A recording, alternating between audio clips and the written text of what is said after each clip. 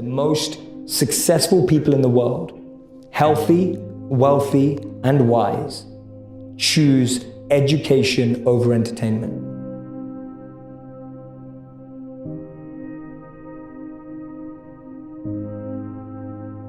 What people don't know about me is that I was suspended from school 3 times for trying out all sorts of things, like things that people would never imagine of someone who goes on to be a monk. I was experimenting with all the drugs in the world. I had multiple relationships. I was really trying to search for some sort of meaning, fulfillment, and as long as I've known, I've been chasing thrill.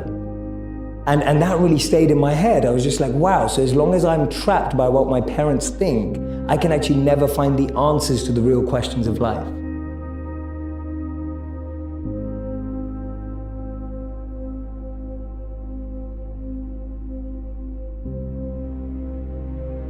And often the advice I give to people today is fast forward where you are, look at yourself in 10, 15, 20 years time and ask yourself the question, is that where I want to be? And if the answer is no, then you need to find a new path. And for me, the answer at that time from observing was no.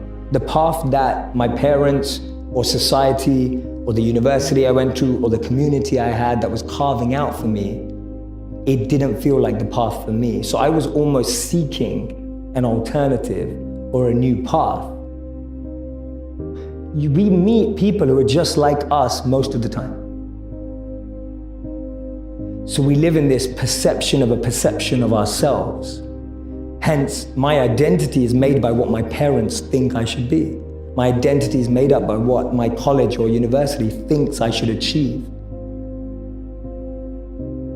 While you're living in that bubble and that echo chamber, getting to what you really want to do is impossible. And I think so many people feel that way today, that they don't fit into the current education system. They don't fit with the 3 or 4 or 5 careers that you're taught exist. You can't be what you can't see. If I never saw a monk, I would never have wanted to be a monk.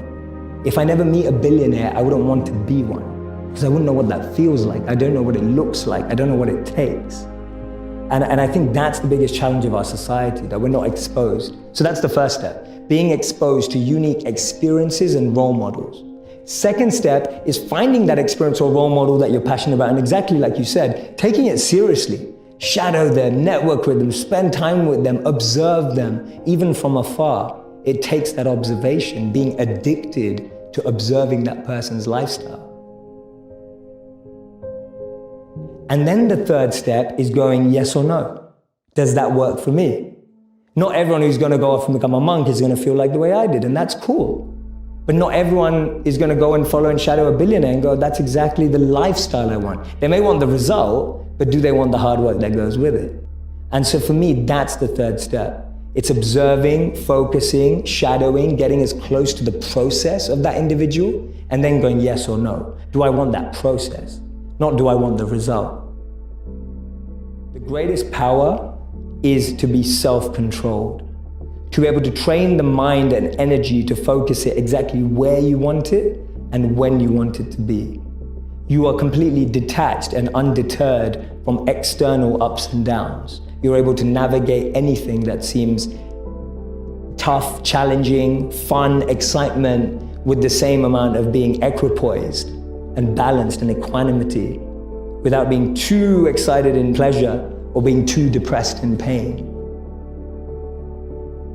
Being able to overcome ego, being able to overcome envy, being able to overcome jealousy, being able to overcome the negative of competitive state. There's a positive competitive state and there's a negative competitive state. Today, when people are looking on Instagram or Facebook or YouTube, all you're looking at is, oh, she got that many likes, or he got that many likes, she got engaged, or he got married, or, oh my God, look at her body, or look at that. And it's like, that stuff's destroying us inside. Envy, jealousy, ego, greed. To be able to have enough clarity to purify yourself of those things is gonna alleviate the biggest anxieties and depressions of our time and mental health problems.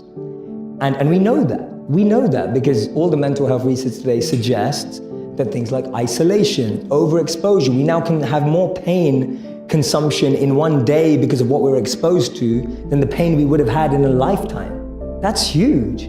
Like that's ridiculous to think that in one day, because of the media, news and social media, we consume more negative than we did in a lifetime. An ideal life is when we all have a head, a heart and a hand, all three elements together, working in alignment.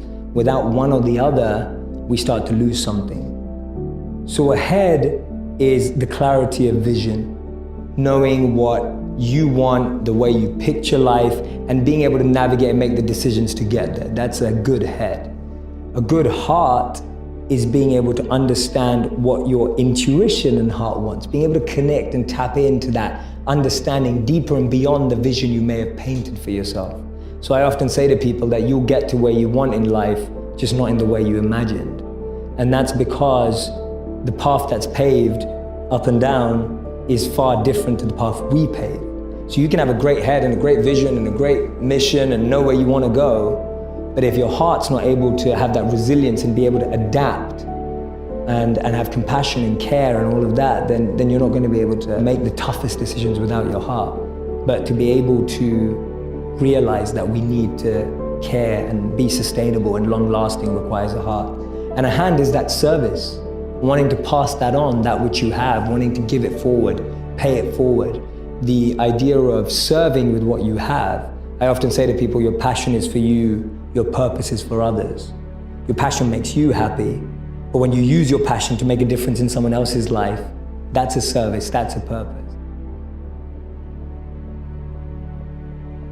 That the noise from outside makes us want to fit into a container.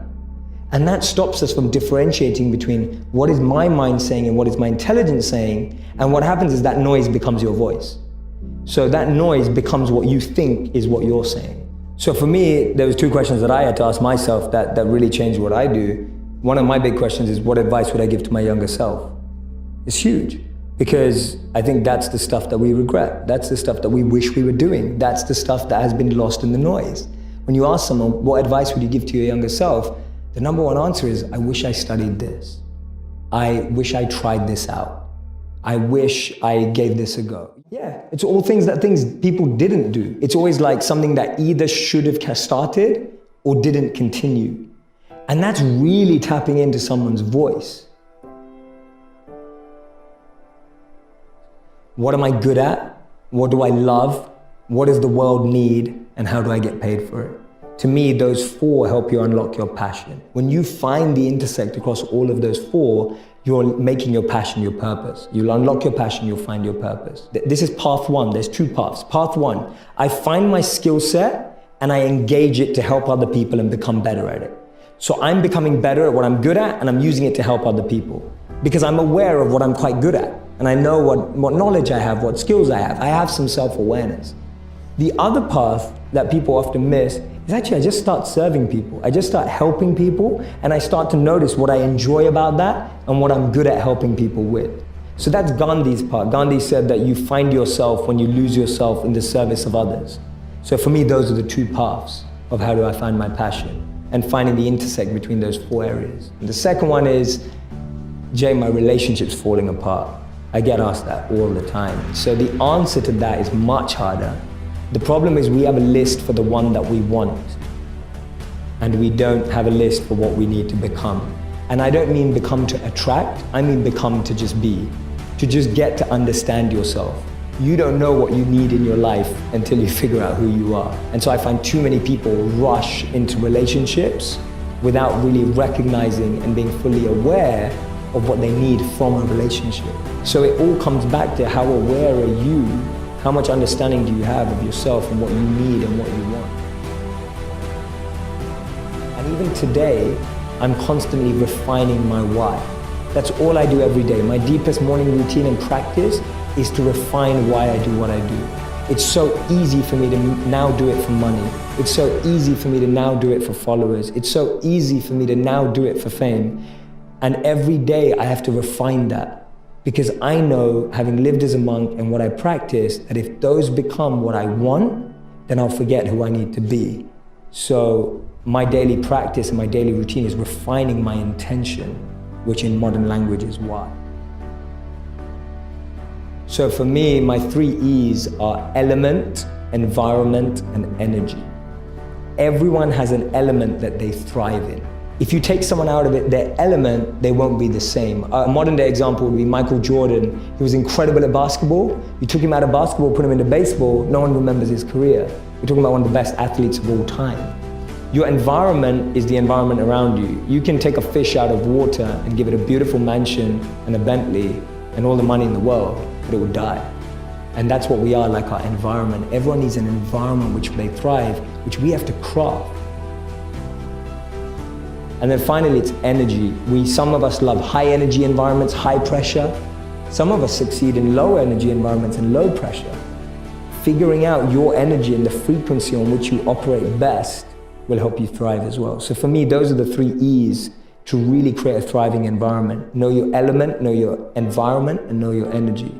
And so at all times, if I see anything going wrong, I'm going, is my element out of alignment? Is my environment out of alignment? Or is my energy out of alignment? And that's a great 3-question test you can do to yourself when you don't think things are going right.